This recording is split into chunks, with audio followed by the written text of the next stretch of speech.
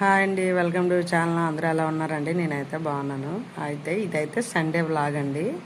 ఇంకా సండే వచ్చిందంటే మాత్రం ఎంత రెస్ట్ తీసుకుందామన్నా సరే కుదరదు. ఇంకా ఏదో ఒక పని పెట్టుకోవాల్సిందే అనమాట. ఎందుకంటే ఆ టైంలోనే కొంచెం వంటది లేట్ అవుతుంది కదా. లేదంటే నార్మల్ టైంలోనే అనుకోండి క్యారేజ్ అది ఇది అని చెప్పేసి అని మార్నింగ్ సరికి ఇంకా వంటగదిలోకే వెళ్ళిపోవాలి. కాబట్టి ఇంకా మరి పనులు చేయడానికి కావదనమాట. సండే అనుకోండి కొంచెం లేట్గా లెగిస్తాము. ఇలాంటి పనులు ఏమైనా ఉన్నా సరే కొంచెం చూసుకుంటామని చెప్పేసి సండే అయితే పనులు పెట్టుకుంటాను. అయితే ఇదిగోండి, ఈ పళ్ళు అనేది కిటికీ పక్కన ఉండేది కదండి, దాని పక్కన కుండలు అవన్నీ ఉండేవి.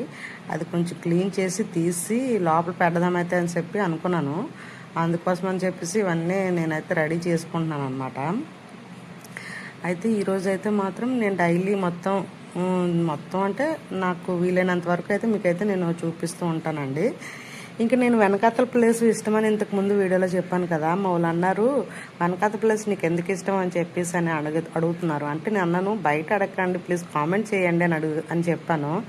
అయినా సరే వాళ్ళు వినలేదు. సరేలే అని చెప్పేసి అంటే బయటకంటే వెనకాతలు ఎందుకంటే ఇష్టము, బయటను అనుకోండి ఇంకా అమ్మలక్క ముచ్చట్లు తెలిసిందే కదా. ఇంకా అక్కడ వెళ్ళి ముచ్చట్లాడే బదులు ఇలాగా ఇంటి వెనకాతలు ప్రశాంతంగా టీ తాక్కొని కూర్చున్నా సరే బాగుంటుందని చెప్పేసి నాకు ఎక్కువ వెనకాతలే ఇష్టము.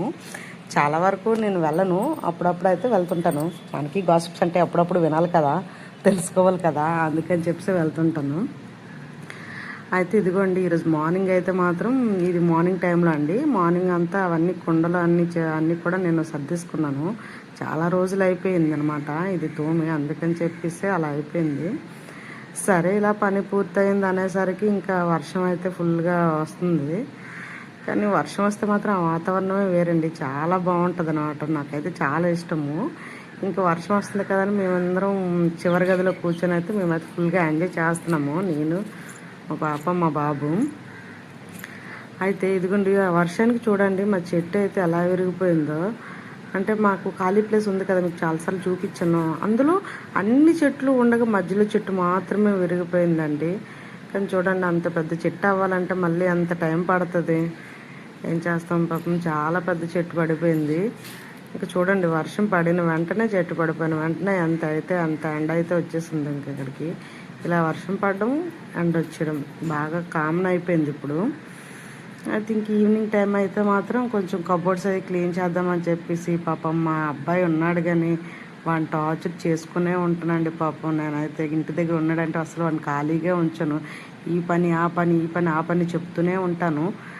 అంటే వాళ్ళకి చిన్నప్పటి నుంచే పని అలవాటు చేస్తే కొంచెం పెద్ద అయిన తర్వాత వాళ్ళకి ఏంటో బాధ్యతగా మనం చెప్పినా చెప్పకపోయినా ఆటోమేటిక్గా వాళ్ళకి బ్రెయిన్లో రన్ అయిపోద్ది అన్న ఒక ఆలోచనతో అయితే నేను ఎక్కువ పని చెప్తూ ఉంటాను.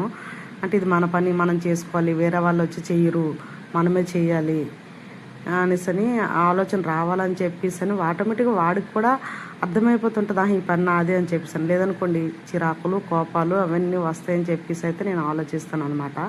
అందుకోసం అని చెప్పేసి నేనైతే వాడికి ఎక్కువగా పని చెప్తున్నాను. వాడిదైతే వాడు బనీన్ వేస్తారంటే వాళ్ళ నాన్న బనీన్ అయితే వేసుకున్నాడు ఆ రోజు.